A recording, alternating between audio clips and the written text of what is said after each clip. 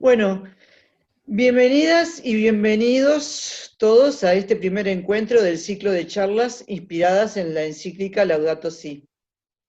La encíclica Laudato Si cumplió 5 años en mayo y el Papa nos llama al tiempo de la creación desde el 1 de septiembre al 4 de octubre y también nos convoca al año del jubileo de Laudato Si hasta mayo del año que viene. En ese marco, el obispo Trócoli de la diócesis de Maldonado, Rocha, Minas y el Observatorio del Sur se han unido para realizar este ciclo y poner a disposición de los participantes algunos conceptos y reflexiones que conforman la encíclica a través de 4 charlas que tienen diferentes énfasis. El Observatorio del Sur, también conocido como OBSUR, es una organización de la sociedad civil formada por hombres y mujeres cristianos, laicos y consagrados que están movidos por la búsqueda de una sociedad más justa. Tiene una opción preferencial por los pobres y se siente totalmente consustanciada con el llamado del Papa Francisco a cuidar la casa común. Es también un centro de documentación que realiza publicaciones periódicas tales como Carta OBSUR y libros de diversas temáticas, y también somos editores de la Agenda Latinoamericana en Uruguay. Construir pensamiento crítico, hacerlo en comunidad, es parte del estilo de comunicación de OBSUR. Por esta razón, saludamos calurosamente el inicio de este ciclo de charlas que esperamos sea también un espacio de construcción de pensamiento.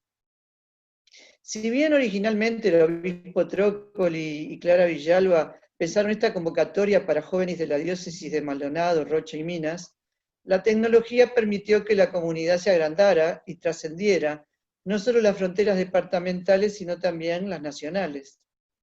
Saludamos a los participantes de Bolivia, Brasil, Chile, Costa Rica, Paraguay, Colombia, Argentina, El Salvador, Ucrania, República Dominicana, y a los uruguayos de diversos departamentos de la República que hoy están presentes. A todos muy bienvenidos, a todos el deseo de que este sea el inicio de la formación de una comunidad de saberes que redunde en el bien de nuestro planeta y acompañe la propuesta del Papa Francisco. En la dinámica del encuentro iré pasando la palabra a cada uno de los panelistas y ustedes podrán participar a través del chat que iré leyendo a medida que se expresen, y luego trataré de tomar algunas de sus intervenciones si mi pericia tecnológica lo permite. Si no, le pediré ayuda a Isabel. Comienzo con el obispo Milton Trócoli.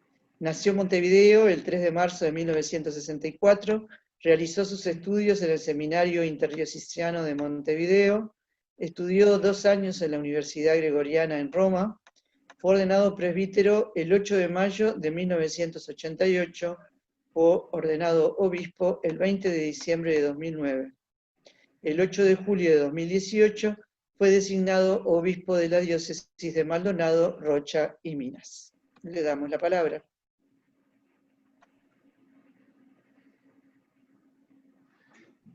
No se escucha. Ahora sí.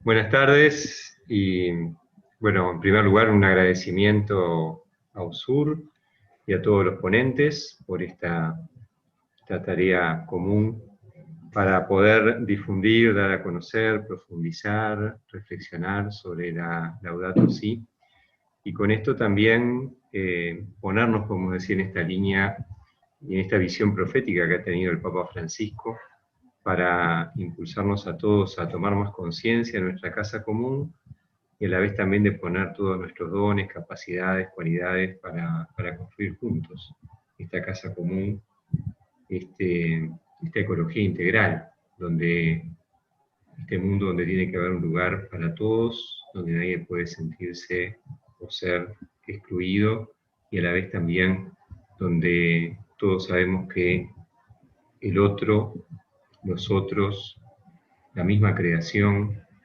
es un don para cada uno de nosotros, y nosotros tenemos que ser don también para los demás.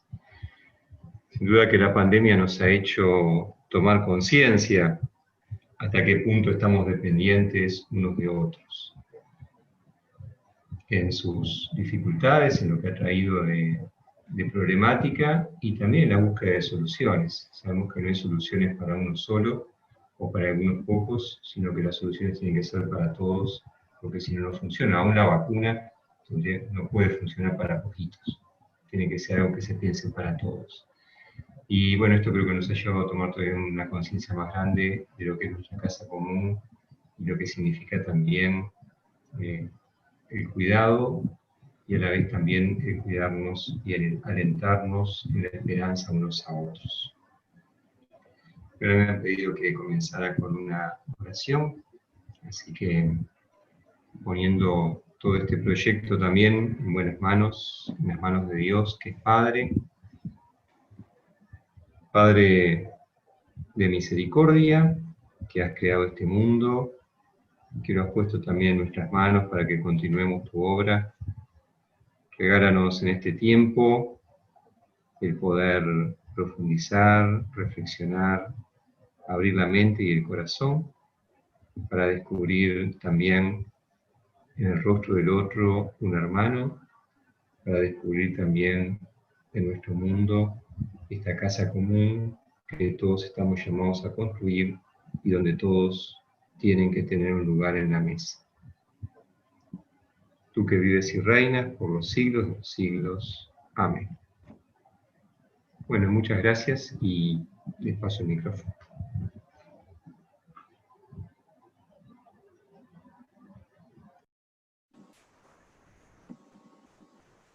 Seguimos con Pablo entonces. ¿Digo? No, con Clara. ¿Con Clara? Ah, me parecía. Vos, sale. Voy a pasar la palabra a Clara Villalba Clavijo, que nació en Minas, paraje del Penitente, el 6 de marzo de 1973. Es madre de Isabela, hija de Fausta y Cacho, hermana por 4, compañera y creyente. Graduada como ingeniera agrónoma en 1999 y como profesora técnica agraria, diplomada en Desarrollo Rural Sustentable y en Calidad y Responsabilidad Social en el Agro, ha ejercido los siguientes cargos en el Instituto Interamericano de Cooperación para la Agricultura, en UNESCO, en AOI, fue docente de la UDELAR, del Centro de Formación de Profesores de la UTU y en ONGs. La UDELAR es la Universidad de la República del Uruguay. Trabaja por lograr la implementación de los derechos humanos en el medio rural y en poblaciones vulneradas por los derechos del ambiente y busca la poesía. Clara, la palabra es tuya. Bueno, muchas gracias. Muchas gracias. Voy a tratar de ser lo más breve posible para darle paso a Pablo.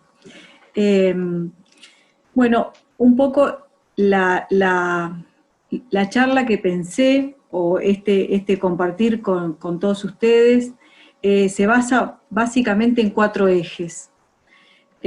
Uno es hablar un poco del tiempo, el segundo es poder hablar del poder, el tercero es las concepciones de mundo y de ciencia, y por qué pensamos como pensamos, y la siguiente es un poco la historia del desarrollo sostenible y cómo influye en encíclica Laudato Si.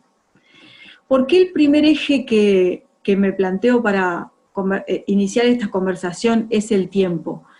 Porque en primer lugar es una coordenada, el tiempo es una coordenada que nos explica muy didácticamente que somos finitos, que somos seres finitos. Existe un tiempo, un periodo con inicio y con final que es nuestra vida.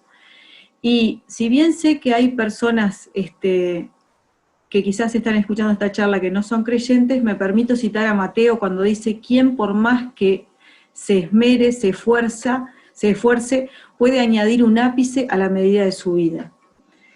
Esta realidad de ser finitos y de tener esa imposibilidad de agregar nada a nuestra vida en términos de tiempo, abre una realidad a varias interpretaciones para encarar esta realidad. Una es muy vieja, que es comamos y bebamos, que mañana moriremos, como si no nos importara este pasaje por aquí. Otra postura es el famoso miedo a ¿qué va a pasar después? Entonces me porto bien acá para que del otro lado no me vaya tan mal. Esto que lo estoy diciendo casi caricaturescamente, pero muchas veces tenemos comportamientos y hacemos que la realidad funcione así. Y en el medio de estas dos realidades polarizadas o caricaturas, tenemos infinitas posturas y cada quien tiene la suya. Que mucho depende esa postura de cómo decodificamos y concebimos la sociedad, qué conocimiento y qué experiencias tengo de mí mismo y del bien común, que siempre este bien común involucra a un otro, y entonces qué concepto tengo de ese otro, y también qué idea o qué experiencia puedo tener de la trascendencia, sea esa trascendencia un anticipo de Dios o simplemente una cosa sobrenatural. Lo que sí está claro es que existe un tiempo cotidiano, un devenir en el que nosotros, un tiempo cronológico de nuestra vida, que es el famoso cronos, ¿no? Que se mide más bien en forma cuantitativa. Sin embargo, también hay ventanas de tiempo de naturaleza más cualitativa que son llamados los kairos, estos momentos adecuados u oportunos para saborear experiencias más plenas y donde la conciencia es más plena, la conciencia de ser y existir. Esto fecunda fuertemente los tiempos internos y externos, con el diálogo entre nosotros mismos y con el diálogo con los demás. ¿Por qué? Porque esos diálogos internos y externos nos llevan como a tiempos de reflexión, tiempos de permitirnos cosas que nos permiten habilitarnos, y tiempos de reflexión para poder desnaturalizar cosas que están muy instaladas, que de repente, costumbres, hábitos que tenemos muy instalados en ese tiempo cotidiano que vamos viviendo, y que solo se puede desnaturalizar y decodificar a través de ese diálogo interno. Pero a su vez ese diálogo interno no se fecunda y no se da si no tengo un otro, que muchas veces es con quien contrasto esos diálogos internos. Y después el ensayo a prueba y error, donde también ahí actúa Dios, pero también actúa a través de la historia personal, actúa Dios y actúan los demás, y actúa la sociedad y la cultura. Esos diálogos con el otro que se conforman, digamos, como organizadores grupales, sociales y culturales. En estas dinámicas de estos diálogos, el ser humano necesita configurar una narrativa de su propia vida y de la sociedad que contenga la belleza, no una caricatura de la belleza ni la belleza como modelo hegemónico, sino que contenga una narrativa de la belleza como una expresión del bien.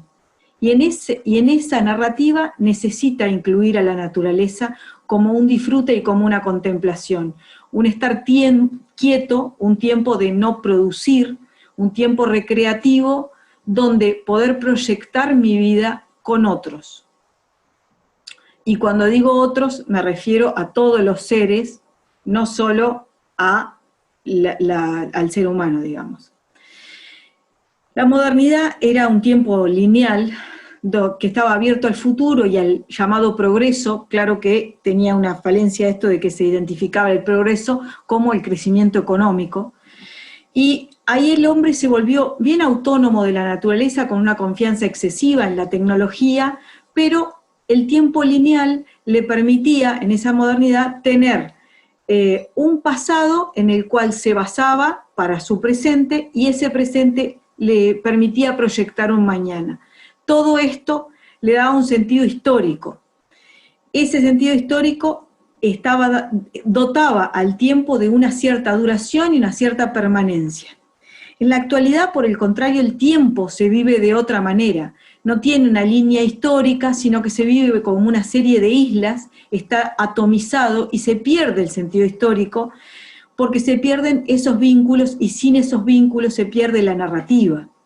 Entonces se vive como en un presente total donde se pierden estas relaciones. Y los distintos hechos no tienen un hilo que conduce, sino que son informaciones y datos aislados. Una de las consecuencias fundamentales que tiene esto es que los procesos de la vida no se pueden ver como hechos aislados, no se pueden ver como islas. Cualquier proceso de la vida, estamos hablando de procesos biológicos, tanto del ser humano como de cualquier ser que habita la naturaleza, sea vegetal, animal o microorganismos, tienen determinados eslabones que se hilvanan unos con otros. Así tenemos la fecundación que involucra a un otro, a un distinto, la siembra, el nacimiento, el crecimiento, el desarrollo, la reproducción, la senescencia y la muerte. Y además tenemos la estética de cada fase de ese proceso, la particular belleza de cada fase de ese proceso. Y esto, el poder hilvanar todos estos procesos de la vida, afecta a la conciencia de uno mismo, y afecta a la conciencia de cómo a uno le pasan esos procesos naturales, biológicos, y que cómo necesitamos tiempo entre esos procesos para poder vivir la contemplación interna y externa, que no es un tiempo de ocio per se, sino que es un tiempo que permite reflexionar, es un ocio recreativo, como decía Aristóteles. En este panorama donde el tiempo son hechos aislados y no hay narrativa, el conocimiento acumulado no se integra y entonces no es memoria, sino que es una base de datos. En ese panorama también hay ciertas actitudes, como el compromiso, como la lealtad, como las promesas, como la amistad, que requieren cierta proyección temporal, que van perdiendo presencia y por tanto se pierde el sentido del estar en el mundo, donde no hay demora, no hay memoria, no hay esperanza. Y la identidad, que es la trama de los vínculos, se va deshilachando. La identidad como trama de vínculos tiene que ser sostenida por estos compromisos, las lealtades, la memoria, la propia esperanza. Todo esto necesita una perspectiva de tiempo. Entonces, ese intervalo entre el presente y el futuro genera un sentido en la vida, y esa inquietud, esa ansiedad, es porque el ser está en toda su potencia. Tiene la potencia de manifestar quién es, qué es, y a su vez saber que no es hasta que no es con otros. El tiempo entonces no es una demora, sino que es un organizador de la vida. Pero sin embargo el tiempo hoy son esas islas en tiempo de producción, y de consumo, que es un poco lo que nos ofrece la sociedad, para la cual terminamos en una hiperactividad letal, porque todo es producir para consumir, producir para consumir. ¿Y qué tiene que ver todo esto con el segundo eje que propongo, que es el poder? Es porque ese tiempo limitado que tenemos sobre la faz de la Tierra, en ese tiempo se manifiesta la voluntad, o sea, estamos dotados de una voluntad, de un deseo, de unas emociones, de un cuerpo, de una mente, de un espíritu, que podríamos decir ir hacia la parábola de los talentos de Mateo 25, donde habla de que Dios le da talentos a cada uno de sus siervos, y la vida es llevar esos talentos a plenitud. Por tanto, ese poder personal que tenemos durante ese tiempo finito que tenemos en la Tierra es lograr hacer estallar, digamos, para bien, esos talentos. Entonces vamos a hacer una recorrida rápida, muy rápida, de cómo se concibe el poder, cómo conciben el poder distintos autores. El poder es siempre el poder de decir que no, es de poder manifestar el deseo. Si no, termina siendo consentimiento. el poder se manifiesta a través de grados de intermediación. Cuando no hay grados de intermediación, es violencia pura, es la violencia, estrictamente hablando. Entonces Nietzsche habla de la conexión entre el poder y la generación de sentido, y dice que comunicarse es ampliar su poder en otro. Foucault, por ejemplo, dice que el poder produce realidad y habla de 3 tecnologías del poder. El poder de la soberanía, que es el poder de la fuerza de arriba hacia abajo, con escasa intermediación. Habla del poder de la legislación civil, que opera a través de la ley. Y después habla del poder disciplinario, que es aquel que ya penetra en el cuerpo generando automatización y costumbres, que apuesta a los reflejos, digamos, más que a un sujeto pensante y respetuoso de la ley. El poder se vuelve, cuando se vuelve menos visible, es la forma más disciplinaria, e incrementa su eficacia porque pasa desapercibido en todo lo cotidiano. Heidegger habla de que el poder es, nos encontramos frente a un mundo que está interpretado previamente y no hay cuestionamiento de esa interpretación. El espacio de interpretación es justamente el espacio que ocupa el poder. Mientras que Habermas habla de que, ojalá lográramos, el poder es formar una voluntad común en comunicación y orientada al bien común, al entendimiento. Hannah Arendt dice que la capacidad de organización es el poder. Da el ejemplo de los esclavos frente a los amos. Y sin embargo estamos en el siglo XXI, donde el poder muchas veces no tiene un territorio dado, se vuelve mucho más laxo y más globalizado, pero está representado por distintos poderes transnacionales que se asientan en distintos territorios, llegando a tener mayor poder que los propios estados. Esto, ¿por qué resulta importante y por qué traigo a colación todo esto? Porque, aunque no, digamos, capaz que no lo creemos, capaz que no lo pensamos cotidianamente, pero estas visiones de estos autores, y podría haber traído otros autores, más autores, todas estas visiones del poder, tenemos que deconstruirlas y desnaturalizarlas porque es con lo que está sembrado nuestra sociedad, y es con lo que, si nosotros no nos ponemos atentos, es con lo que venimos a ser colonizados. Somos colonizados desde pequeños hacia ese mundo. Y para poder repensarse y poder dejar que pedirle al espíritu para aprender a dialogar y que emerja lo nuevo que hay en nosotros y que emerjan esos talentos y para que no vuelva a pasar la Babel, entonces lo único que tenemos es ese tiempo finito y el poder de nuestra propia existencia deconstruida y desnaturalizada. Una existencia que sí o sí tiene que ser con otros. Para eso es que necesitamos un tiempo de reflexión activa, no de reflexión solo de ocio, para poder llegar a tomar conciencia sobre nuestro propio poder personal organizado con otros. Y acá voy a compartir pantalla porque me parece que es importante poder pensar de dónde nos viene pensar así, de dónde nos viene pensar de esta forma que... A ver.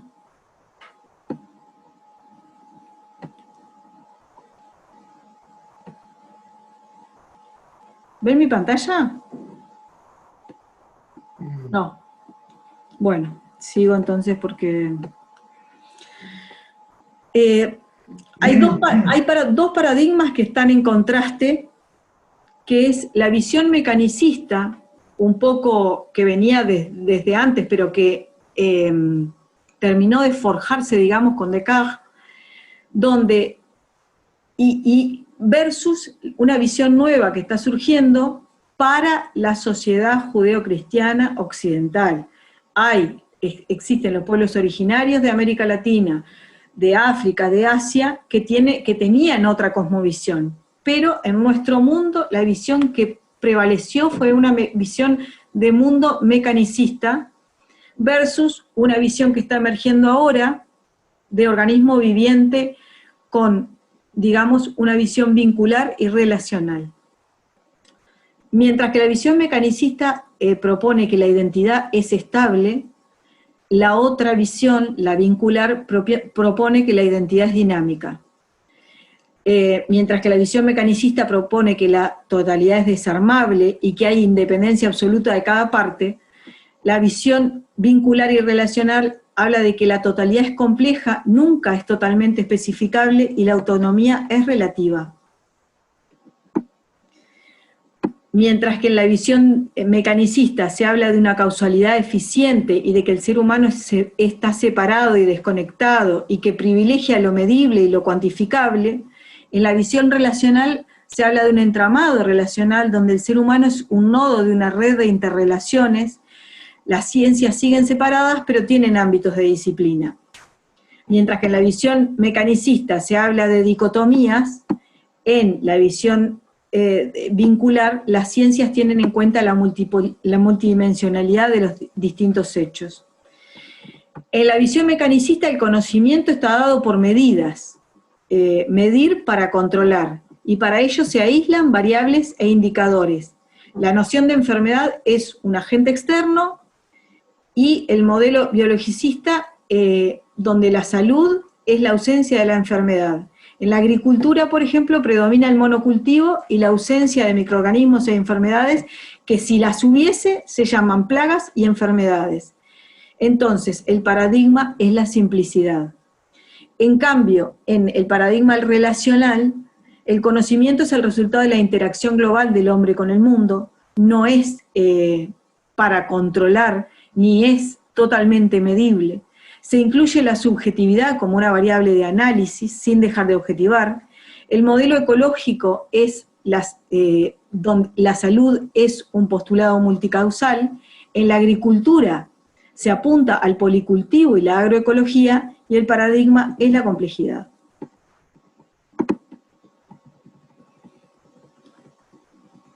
Entonces,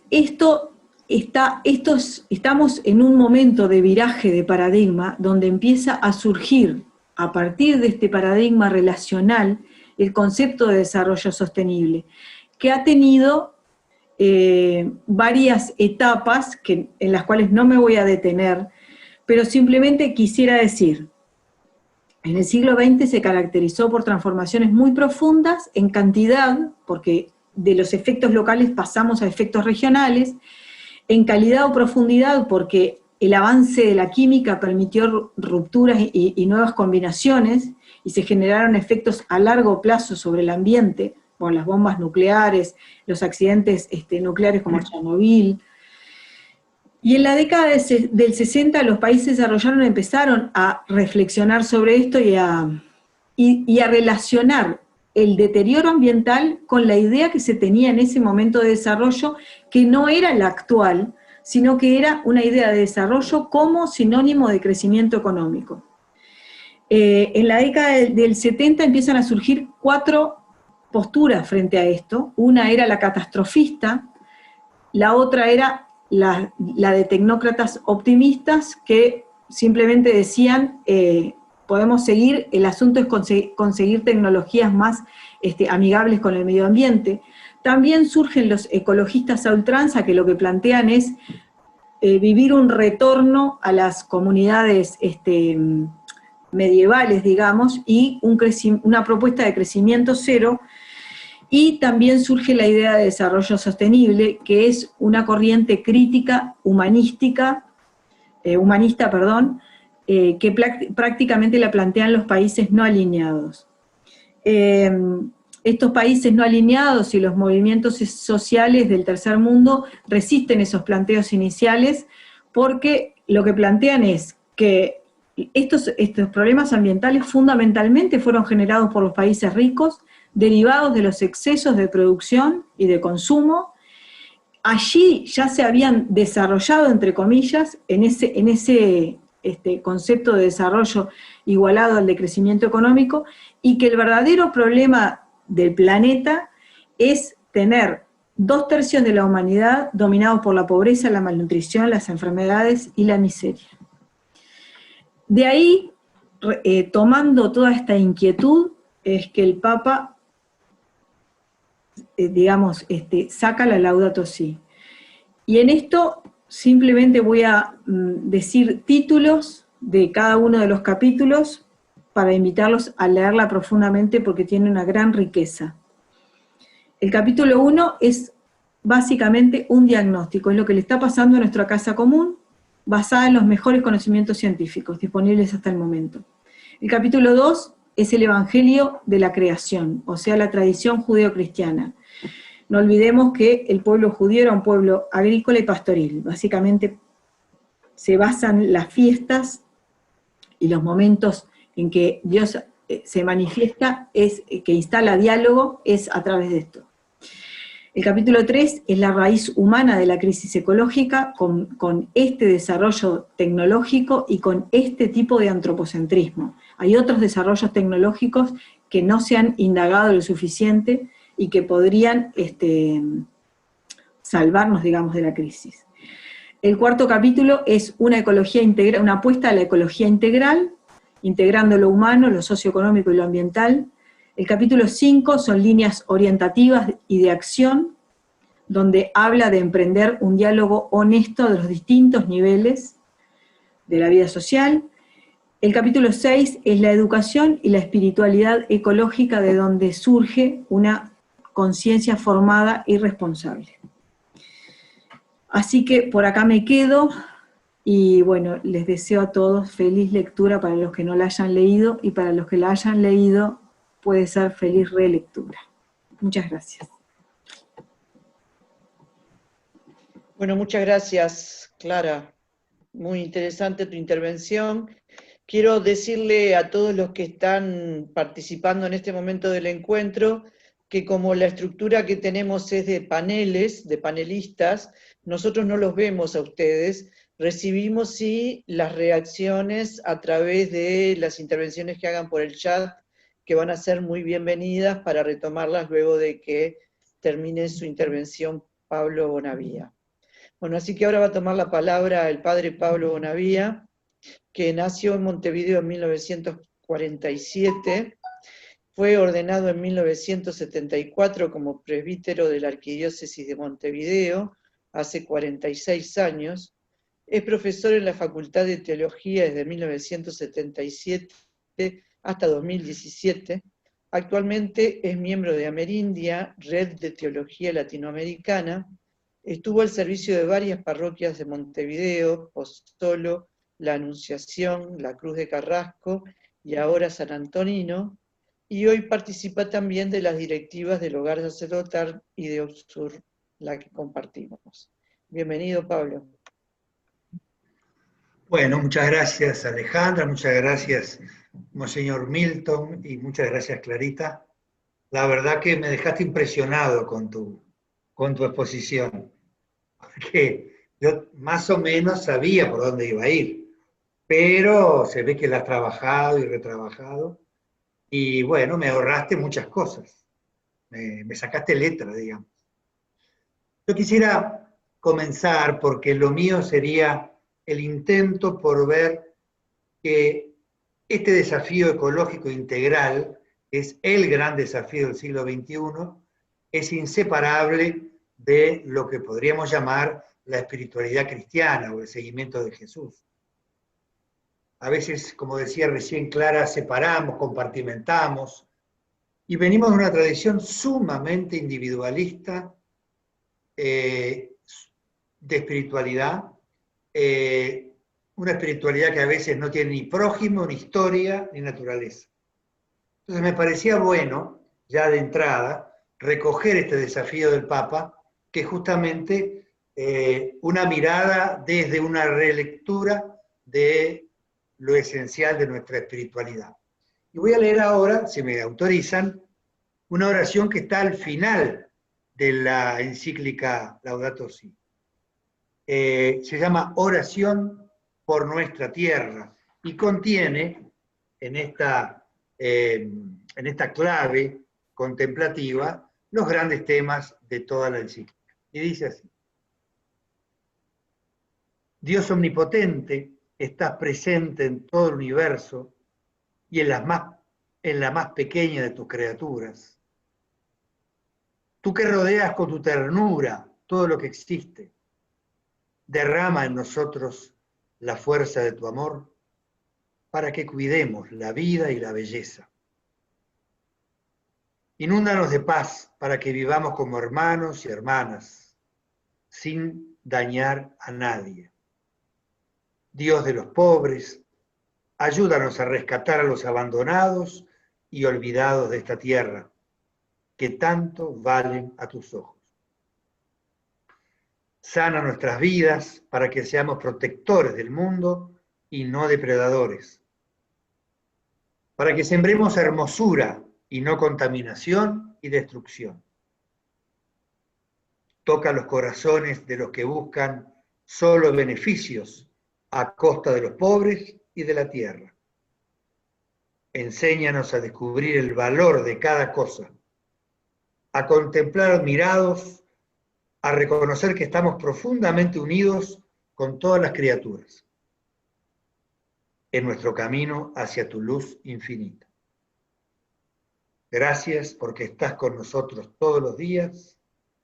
Aliéntanos, por favor, en nuestra lucha por la justicia, el amor y la paz.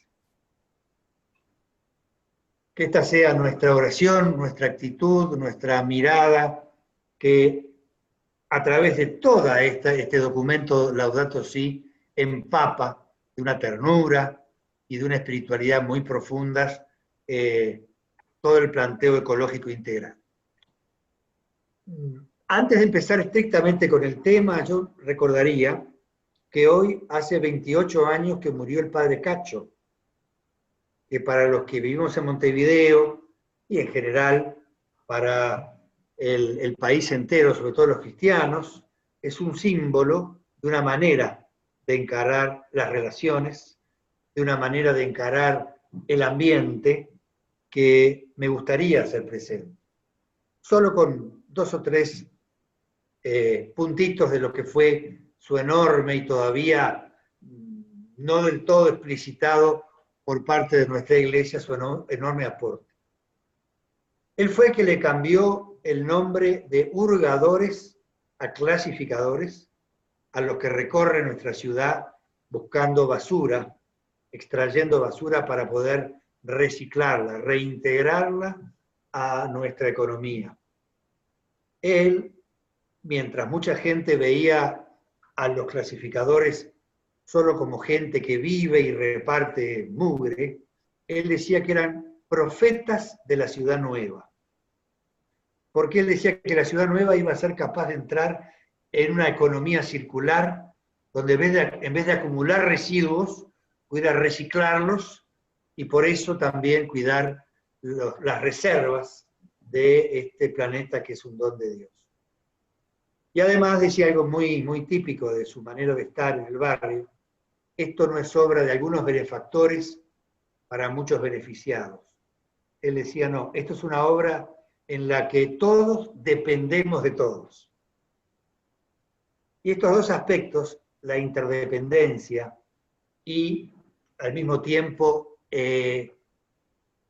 la capacidad de reintegrar en nuestra vida las cosas que hasta ahora son solo desechos, muchas veces desechos nuestros, fueron 2 aspectos de la espiritualidad del padre Cacho que me gustaría como resaltar.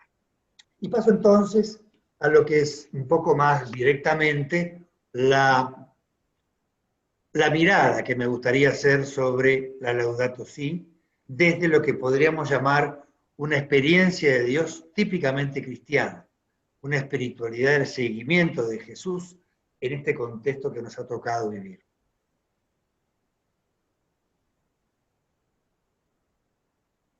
Hay una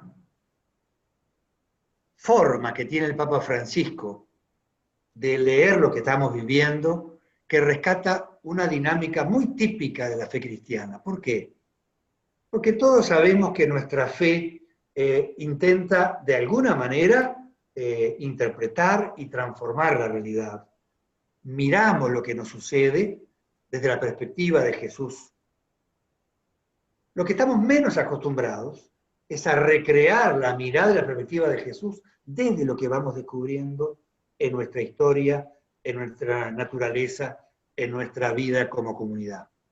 Esta ida y vuelta, este releer precisamente nuestra tradición cristiana, nuestra memoria de Jesucristo, es bien importante porque, ya lo decía recién Clara, nosotros no nos damos cuenta hasta qué punto nuestra manera de vivir y de contemplar y de interpretar las cosas están como colonizadas por una cultura que nos parece la natural y que sin embargo no es así.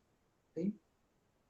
Este esfuerzo por decir, sin duda, que le damos a Jesús la palabra definitiva sobre el sentido de las cosas, pero ¿qué cosas dice Jesús sobre ellas? Nosotros deberíamos desaprender, descolonizar, desnaturalizar muchas miradas que dependen mucho más de la cultura predominante que del propio Evangelio. En esta dinámica de ida y vuelta, en esta dinámica circular, o si ustedes quieren mejor, en esta espiral, en donde pasamos de leer la realidad desde la fe y releer las tradiciones de la fe desde lo que vamos descubriendo de la realidad, es que se ubica este documento, yo diría, ha tenido un impacto, bueno, excepcional, no solamente en la Iglesia, sino mucho más allá de ella. Lo primero es el ver, en el viejo esquema, aquel de ver, juzgar, actuar, que todavía, aunque con otras palabras quizás, sigue siendo una forma tan nuestra y tan latinoamericana de vivir nuestra fidelidad a Jesús. En ese ver, lo primero que hace el Papa en el capítulo primero es lo que le está pasando a nuestra casa común. No me voy a detener en eso, es un análisis exhaustivo, con un montón de pistas de carácter experiencial,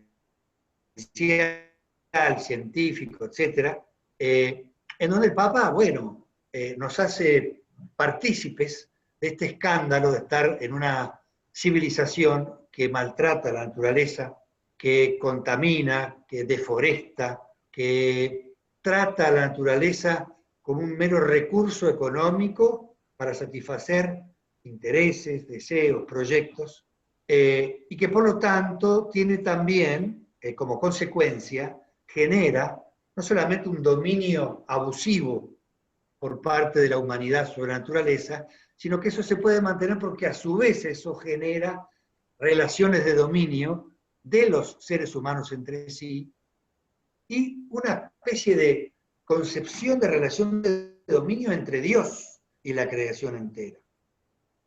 Entonces, esta mutua interdependencia, a mí me parece que es un gran aporte del Papa en esta encíclica, porque precisamente muestra su gran intuición fundamental, y es que esta creación, además de ser un don de Dios, es una creación donde todo conecta con todo, en donde todos dependemos de todos, en donde nadie puede desentenderse de lo que es común, porque lo que es común precisamente depende también de mí. Esto tradicionalmente se llamaba el efecto mariposa, por aquel científico que dijo, el vuelo de una mariposa en Oriente puede generar una tormenta en Occidente. Pero quizá, aunque sea lamentable, el ejemplo más característico es lo que se está viviendo hoy, ¿verdad? La famosa pandemia. Muchos analistas dicen que parece que el origen de todo esto que está afectando todas las dimensiones de toda la humanidad y de la Tierra entera es una sistemática invasión de algunos espacios naturales, una invasión violenta que produce que algunos animales salvajes que desde hace siglos conviven, o milenios, conviven con estos virus, se desplacen de su hábitat, se trasladen a otros hábitats con animales domésticos, y de los animales domésticos se contagia también el ser humano. Quiere decir que en el origen de esto que parece estar humillando a la humanidad entera y estar generando centenares de miles de muertos, infectados, demás, parece haber justamente esa especie de manipulación depredadora por parte de la humanidad, del ser humano, y cómo, de alguna manera, eso supone una reciprocidad. Es decir, como decía algún filósofo latinoamericano, siempre sospechamos que cuando yo le pego un tiro por la espalda a otro ser humano, esa bala de alguna manera recorre todo el planeta y me pega en mi propia espalda. Esto lo intuimos, decía este filósofo. Hoy la ecología lo está comprobando. Precisamente porque, como en nuestro caso de la pandemia, cuando se afecta una parte de la naturaleza, a partir de eso se genera como en cadena una serie de transformaciones que terminan justamente por afectar al mundo entero. Generalmente, no sé si ustedes tienen esa impresión, uno dice Laudato Si y piensa en el medio ambiente, como si el eje de la encíclica fuera un tratamiento de lo que nosotros llamamos, bueno, la realidad verde o bueno, acá empezó a sonar algo.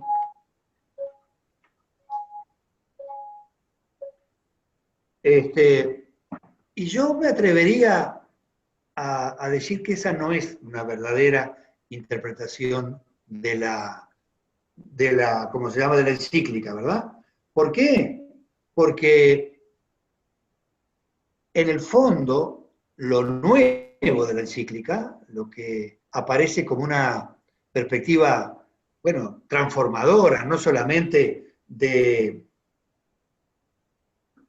la concepción del universo, sino también con efectos de nuestra propia fe, es justamente la idea de que todo está interconectado. Nada se puede entender sino por las relaciones que tiene con todo lo demás. Comprender un hecho histórico, comprender, bueno, un ser vivo con el cual estoy interactuando, es comprender las relaciones del hecho histórico y las relaciones del ser vivo con todo lo que lo rodea.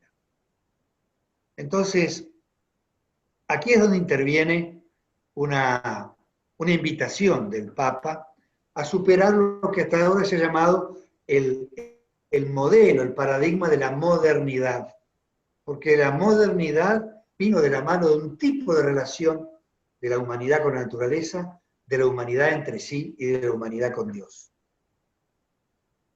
De hecho, en el capítulo 2, el Evangelio de la Creación, precisamente el Papa hace una relectura del Génesis a partir de la experiencia histórica, del análisis científico y de la situación de la humanidad, especialmente de los más pobres, porque desde allí descubre algo muy importante, y es que el relato del Génesis, que nos habla de que lo central para el ser humano son sus relaciones a tres niveles, con la naturaleza, con los demás seres humanos y con Dios, muchas veces ese mismo anuncio del libro del Génesis fue interpretado con ojos y categorías de las relaciones de dominación propias de la modernidad.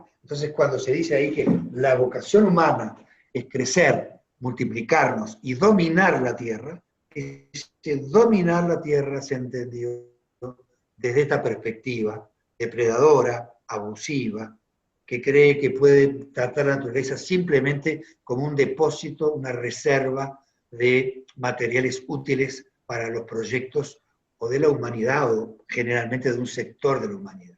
Entonces, esta relectura, por eso yo decía que la fidelidad al Evangelio supone no solo leer la realidad desde la palabra, sino de releer la palabra y la tradición que la interpretó desde los nuevos aspectos de la realidad que vamos encontrando, el Papa Francisco lo pone en práctica de una manera muy interesante, sin duda, teniendo en cuenta muchos aportes previos. Cuando digo aportes previos, digo incluso de otras iglesias, como el patriarca Bartolomé, que es un patriarca ortodoxo, y bueno, hay muchos teólogos y teólogas de distintas partes, y conferencias episcopales también. Yo les voy a leer nada más que para que tengamos, o recordemos en algunos casos, de qué tipo de interpretación y de lenguaje maneja el Papa. Dice así: los relatos de la creación en el libro de Génesis contienen, en un lenguaje simbólico y narrativo, profundas enseñanzas sobre la existencia humana y su realidad histórica. Estas narraciones sugieren que la existencia humana se basa en tres grandes relaciones fundamentales: la relación con Dios, con el prójimo y con la tierra. Según la Biblia, las tres relaciones se han roto, no solo externamente, sino también dentro de nosotros. A esta ruptura se le llama pecado. La armonía entre el Creador, la humanidad y todo lo creado fue destruida, agrega, por haber pretendido el hombre ocupar el lugar de Dios. Y sigue. Y ahí recurre al que es llamado el segundo relato de la creación, en el capítulo 2, porque esto era el capítulo 1, el capítulo 2 del Génesis, en donde se habla no tanto de dominar, sino de labrar y cuidar el jardín del mundo. Labrar, que significa cultivar, arar o trabajar; cuidar, que significa preservar, custodiar. Y esto implica una relación de reciprocidad responsable entre el ser humano y la naturaleza. Más adelante, no quiero aburrirlos con citas, pero para que vean cómo sigue, para la tradición cristiana, decir creación es más que decir naturaleza, porque tiene que ver con un proyecto del amor de Dios, donde cada criatura tiene un valor y un significado. Y el universo no surgió como resultado de una omnipotencia arbitraria, de una demostración de fuerza o de un deseo de Dios de autoafirmación. La creación es del orden del amor. Hasta la vida efímera del ser más insignificante es objeto de su amor, y en esos pocos segundos de existencia, Él lo rodea con su cariño. Decía San Basilio Magno que el Creador es la bondad sin envidia, cosa también muy linda, muy bien dicha, porque en general, cuando decimos que esto afecta a la relación con la naturaleza, con los demás y con Dios, a Dios lo concebimos como un rival, como alguien que está celoso de los avances y del crecimiento del ser humano, cuando es precisamente su fundamento último. Y para terminar citas, dice: cada criatura tiene una función y ninguna es superflua. Todo el universo material es un lenguaje del amor de Dios, de su desmesurado cariño hacia nosotros. El suelo, el agua, las montañas, todo es caricia de Dios. Entonces, hay una teología de la creación y una espiritualidad de la creación que nos está invitando a nosotros, católicos o no, cristianos o no, creyentes en general, a precisamente replantearnos cómo es simultáneamente nuestra relación con la naturaleza, con los demás y con Dios. Y que el gran desafío es superar una espiritualidad, como yo llamaba antes, sin prójimo, sin historia, sin comunidad, sin naturaleza, en esta otra que nos propone el Papa, que es una espiritualidad de la gratuidad, de la gratitud, yo diría en primer lugar de la reverencia ante todo lo creado. A mí me gusta mucho esta categoría de reverencia, de la contemplación de todo lo creado, que no es solo naturaleza, es creación, implica una intencionalidad, un proyecto de amor. Porque todo lo que existe, todo lo que tiene vida, es una caricia de Dios, y no puede de alguna manera cortarse sus vínculos con la creación entera. No quisiera alargarme, pero cuando hablamos de una espiritualidad que tiene sus fundamentos en lo que la propia encíclica nos relata de la palabra de Dios, tiene por un lado esta espiritualidad de la creación, que como decíamos recién, nos está hablando de reverencia, de capacidad de contemplación, de capacidad de mirar la relación del todo con el todo y de sentirnos nosotros parte de esa creación y de esa naturaleza relacionada con todo. También podríamos decir que hay una teología de Jesús, hay una cristología en la encíclica. ¿Por qué? Porque él dice, así como necesitamos pasar de relaciones de dominio en la naturaleza, necesitamos pasar a relaciones de reciprocidad, lo mismo sucede en la relación con los demás. Y ahí relata un poco ese Jesús que justamente siempre toma postura frente a todo lo que queda excluido y lo pone en el centro de la consideración de sus discípulos, precisamente porque quiere revertir esa concepción de dominio y poner en el centro aquellas realidades culturales, religiosas, humanas, que han sido sistemáticamente excluidas, y descolonizar, ¿sí?, el seguimiento de Jesús de una visión del mundo que no corresponde a su propia experiencia de relación con el Padre. Yo decía, una mística de la reverencia, una mística de la relación con los demás a partir de la práctica de Jesús. Por lo tanto, sobre todo a partir de lo excluido y de los excluidos, donde todo lo que es pequeño es un lugar desde el cual Dios mismo nos está esperando para ayudarlo a crecer junto con todos. Y por último, podríamos decir también, es una mística de la recreación de todo lo que existe. Es una mística del Espíritu de Jesús, que hoy habita por dentro la historia y el cosmos entero. Hay un texto, no vamos a entrar en eso ahora, pero hay un texto de la carta a los Colosenses que justamente recuerda que todo ha sido creado a través de Jesucristo y por lo tanto todo tiene en Jesucristo el eje de su propia consistencia. Todo tiene en Jesucristo justamente la finalidad para la que ha sido creado. Creo, para terminar, que esta espiritualidad de la Laudato Si nos obliga a revisar todas nuestras experiencias, desde nuestra forma de consumir, nuestra forma de vivir la familia, nuestra forma de vivir el barrio, nuestra forma de vivir la sociedad, la cultura, y nuestra forma de relacionarnos con Dios. Porque a mí me parece bien importante, incluso pensando en la pandemia, que también, además de los vínculos ecológicos y de los vínculos sociales, ha afectado la relación con Dios. Me parece muy importante lo que dice el Papa, ¿verdad?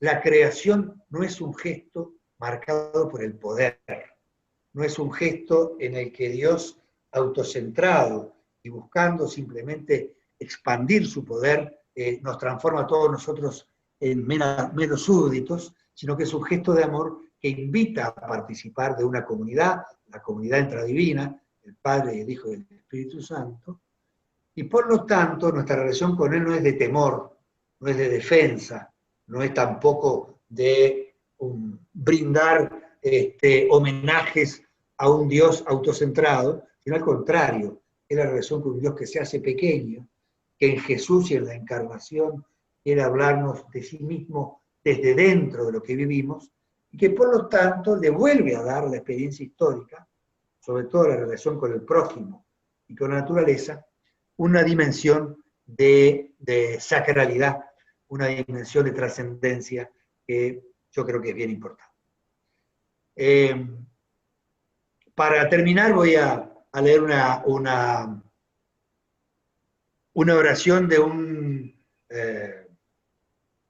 teólogo latinoamericano, ¿sí?, que se llama Benjamín González Vuelta, y que dice lo siguiente: creador discreto. Esperen que voy a... Creador discreto. No hay que pensar el aire para que se filtre al último rincón de los pulmones. Ni hay que imaginar la aurora para que decore el nuevo día, jugando con los colores y las sombras. No hay que dar órdenes al corazón tan fiel, ni a las células sin nombre para que luchen por la vida hasta el último aliento. No hay que amenazar a los pájaros para que canten, ni vigilar a los trigales para que crezcan, ni espiar la semilla de arroz para que se transforme en el secreto de la tierra. En dosis exacta de luz y de color, de canto y de silencio, nos llega la vida sin notarlo. Don incesantemente tuyo, trabajador sin sábado, Dios discreto. Y para que tu infinitud no nos espante, te regalas en el mismo don en el que te escondes. Y así termina esta oración, que me parece que refleja buena parte de lo que nuestra encíclica intenta compartir para todos nosotros. Muchas gracias. Muchas gracias, Pablo. Fue preciosa tu reflexión. Bueno, Clara, no sé si tú querés cerrar. Puedo ir leyendo algunas de las cosas que han aparecido por aquí. Rosa dice, muy buenas ambas exposiciones. Clara, con mi amigo Yun Chui Han, disculpen, no sé pronunciarlo porque no lo sé leer tampoco. Después con Edgar Morén y Pablo profundizando la Laudato Si. Clarísimo el planteo, de relectura teológica y varias precisiones. Muchas gracias. Por aquí dice muy buenas exponencias, muy claro de cómo debemos encarar nuestra relación con los otros, con nosotros, con la naturaleza y con Dios. ¿Es posible tener las dos ponencias para compartir? Clara, tú dirás si esto se va a publicar o no. Y luego vienen más saludos y preguntan cómo se llama el teólogo de la oración Dios discreto, Pablo. Benjamín González Vuelta. Tiene muchos libros, lo pueden encontrar también en internet.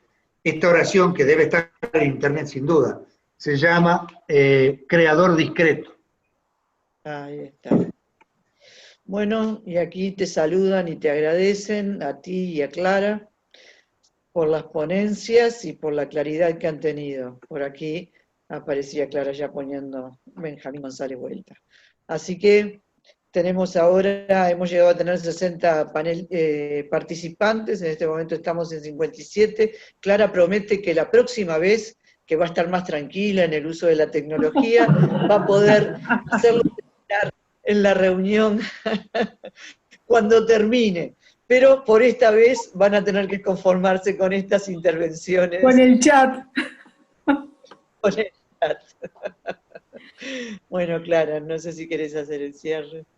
Aquí saludan especialmente por el padre Cacho, dice Luis del Castillo, por el modelo y por el poema de Benjamín también. Bueno, entonces yo también agradezco la participación de todos, y en especial de Pablo y de Monseñor Trócoli. Agradezco mucho este espacio. Creo que está bueno poder poner a circular todas estas cosas, y es la primera forma de empezar a construir, es construir la palabra y empezar a nombrar las cosas, porque eso nos hace pensar. Y bueno, yo también elegí una poesía, pero es bastante más cortita que las que leyó Pablo. Es prácticamente una oración de Rabindranath Tagore, que dice: el amor es el significado ultimado de todo lo que nos rodea. No es un simple sentimiento, es la verdad, es la alegría que está en el origen de toda la creación. Así que bueno, con esto nos despedimos y nos vemos, con los que puedan y quieran, nos vemos el viernes que viene, que como dijo Alejandra, prometo saber más tecnológicamente, por lo menos tecnológicamente. Bueno, ¿algún comentario más de Monseñor Trócoli, de Pablo, para ir cerrando ya del todo? Simplemente agradecer las ponencias, muy lindo, muy claro, y bueno, nos encontramos el próximo viernes. Excelente.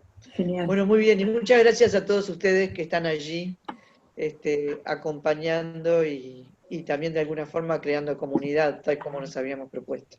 Y yo quiero agradecer también a nuestra anfitriona Clara y a nuestra moderadora Alejandra.